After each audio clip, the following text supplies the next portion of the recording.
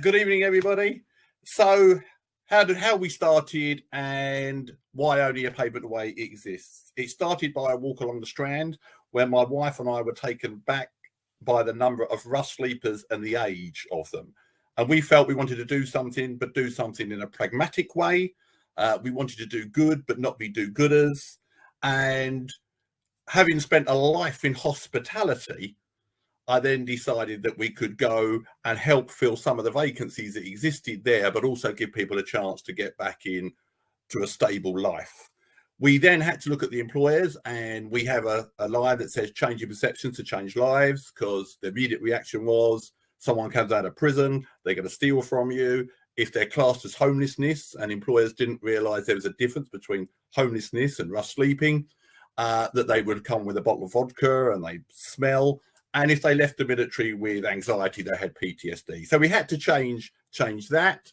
We worked closely with Crisis at the beginning, and we still do, and a company called Pub Love, who's a backpacker hostel business. The two contacts there are still trustees to this day, and Crisis got us the two members, and Pub Love employed them.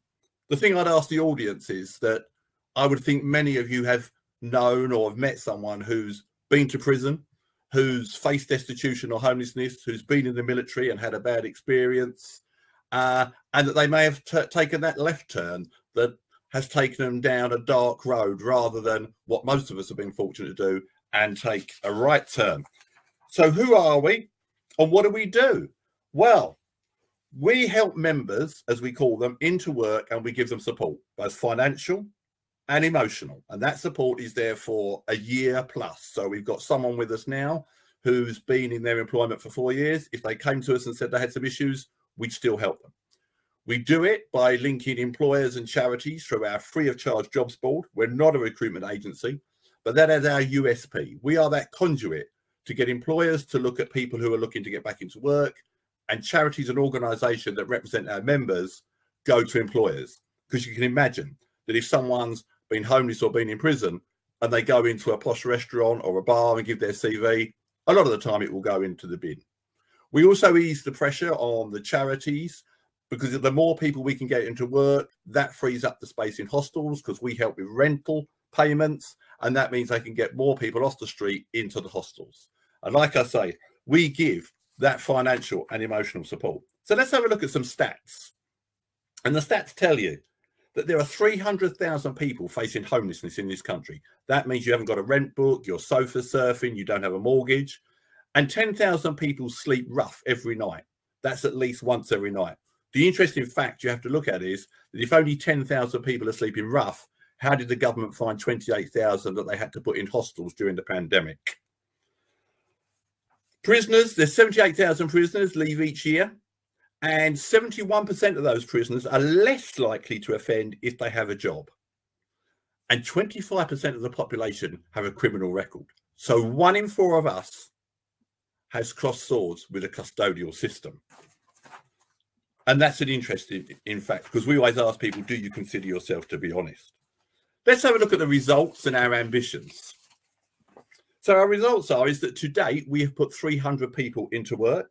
We have 150 employers on board now and 160 charities. The 300 people we put into work have added 5.5 million to the economy.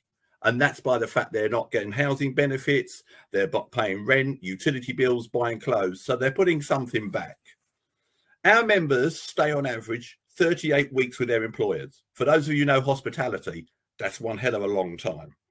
We look at the commercial impact, so we always work out the value to the economy. We don't do anything we can't afford.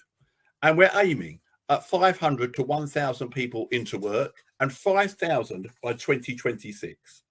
If we get 5,000 people a year into work, that will give a value to the economy of 219 million, which is 5,499 nurses on £40,000 a year. But what option do our members have if they don't get the help? They might return to crime.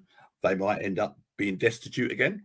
12,000 people commit their first offence while they're homeless. And we've got people who, Paul, who slept on the steps, Julian was on a park bench, those people, without the help and getting stability through employment, would have returned to where they were. So what cost and what do we need? Well, the cost covers the support we give. That's rent, utility bills. People aren't always told how to budget and manage properly. We allow £1,500 per member, but only 60% access that, because some of them, if they've come out of prison, will return to their families. So we need funds for our restrictive support budget, and it's restricted in that it's protected, that anything we get from here tonight, we will put into our grant account, and that will be solely used to pay people's clothes, travel, furniture, and there. But what else do we need? Well, we could do with a nice office, because our teams spend a lot of time up and down on the tube because you get good Wi-Fi there. We could do with a company secretary, because as we grow, that's what we need. And we're also looking for someone who has got experience of fundraising. But the more we can get the money in, the more we can build the team. And we know that the more relationship managers we have, the more people we can get into work. And 81% of our members stay with their employer for longer than a year. And people say, well, what happens if they move on after 3 months? Well, if they're going to another job, we have given them the stability through employment. And that's the next one is, remember, it could be you.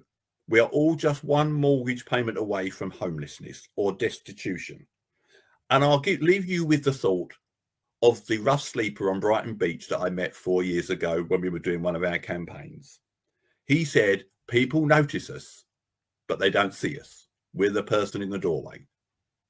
And everybody will think, well, he was probably just a down and out. He'd actually come from the world of private equity and been forced to turn left rather than turn right. Thank you very much.